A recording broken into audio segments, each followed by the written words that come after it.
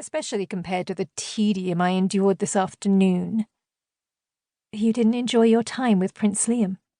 Ew, no. You know I never do.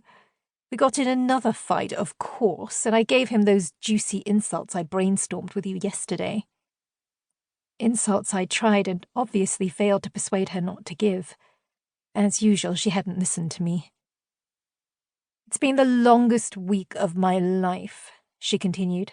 I've never had to endure him this long before. It's felt like 1,000 years. You two need to become better acquainted before the wedding. She wrinkled her nose towards the door, as if trying to send her disgust to its intended victim. Don't mention the wedding. It's most unfair. Why do I have to marry someone I loathe? 3 days until I'm leg-shackled to that ridiculous prince forever. Her hand clenched in a white-knuckled fist. This time I did roll my eyes, but thankfully I stood behind the princess doing up her nightgown so she didn't see. I couldn't fathom what the princess's problem with the Crown Prince of Dreceria was. He was not only handsome and charming, but he seemed like a very friendly and fun-loving sort. At least when he wasn't around her. Prince Liam seemed just as disenchanted with the princess as she was with him. I'd served as their invisible chaperone on multiple occasions and witnessed both their epically long silent treatments and their harsh battles of words. If their marriage actually happened, which at this point seemed inevitable, one of them would surely murder the other shortly thereafter. Forgive my saying so, Your Highness, but perhaps you shouldn't sneak out any more, considering your wedding is so soon. What if His Highness catches wind of it? She snorted. I wouldn't care if he did. I don't intend to stop just because we become legally bound together for the rest of our miserable lives. If we're forced to marry, then he'll discover my habits soon enough. I gasped.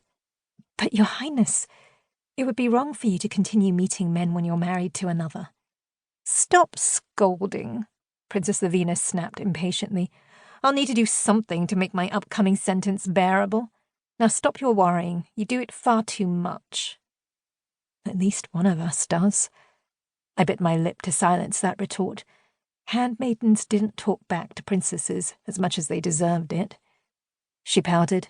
Besides, don't I deserve a bit of freedom after I become a prisoner to contracts that benefit everyone except me? The alignment of 2 great kingdoms will be to the benefit of countless people, I recited, having heard the argument many times from their majesties during Princess Lavena's frequent complaints about her upcoming match. It'll not only strengthen trade, but also— I know, Anwen. Don't lecture, Princess Lavena sighed. But why should I have to sacrifice my happiness for a bunch of people I don't even know? They're your subjects, I said as I picked up her hairbrush and began her nightly 100 strokes, which would be difficult to keep track of with her current ranting. As a princess and a future queen, you should care. Well, I don't. Being a queen sounds terribly dull. Living life with my minstrel would be much more enjoyable. Think of all the places we'd visit and the freedom from responsibility we'd enjoy. Doubtful. The princess would only enjoy it for a time before finding something new to complain about. Nothing would compel her to give up her favorite hobby. The princess tugged some of her hair away from my brushing in order to twist and untwist it around her finger.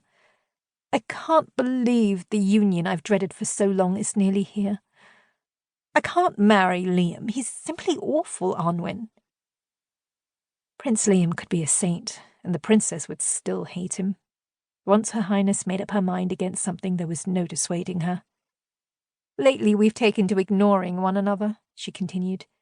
We need to practice for our marriage. I truly don't see what you have against him. He seems an amiable sort.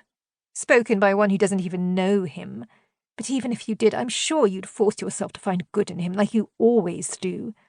You're so strange, Anwen. Too bad you can't marry him instead. The princess suddenly froze, staring wide-eyed at her reflection. I could almost see another scheme unfolding in her devious mind. She gasped and twisted around in her chair. That's it. Dread pulled in my stomach.